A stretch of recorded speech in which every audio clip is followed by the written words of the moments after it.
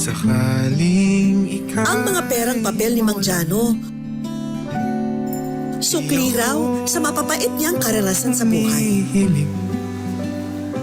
Alam din ng tao po na naunawaan po siya na ganun nga po ang kalagayan niya sa ngayon. Wala nga po siya sa tamang pag-iisip. Yun po, may nangungutya po sa kanya dahil po sa kanyang kalagayan. Hindi po siya maintindihan, hindi po maunawaan yung kalagayan niya. Nung simula po nung nagkasakit si Kadyano, nalaman niya po yun na ganun po ang nangyari sa kay Ate Sharon na nag-asawa siya po ng iba. Yun na po ang umpisa ng pagkasira ng ano niya.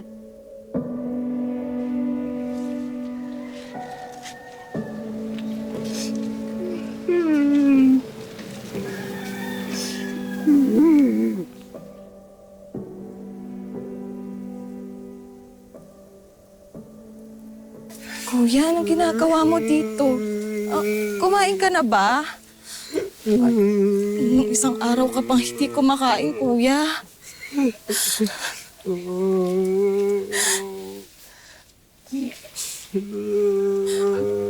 Kuya, baka mapano ka niyan, kuya. Mahirap yung malilipasan ng gutom. Baka mapasmay ang utak mo, kuya. Kuya. Gusto ko lang mag-isa. Gusto ko lang mag-isa. Kuya, ano ba?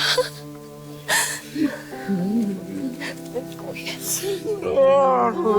Mag-isa.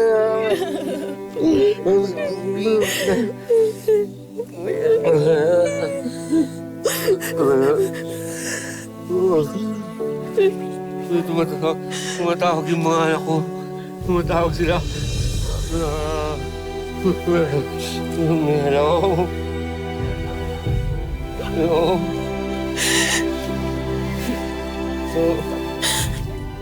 Mahal mga anak ko. Sensya kayo ha, mga anak ko. Bless tatay niyo. Bless tatay niyo. Kaya tama na yan, kuya. Tumigil ka na. Hawak na po siya ng kahoy. Ginawa niya pong cellphone. Tapos nagsabi na po siya na, kumusta na kayong mga anak? Talagang ganyan ang mama niyo, mag-aasawa yan kasi bata pa. Kaya kayo na, ingatan niyo ang mga sarili niyo. Yun po. Pero po, nagsasalita siya mag-isa.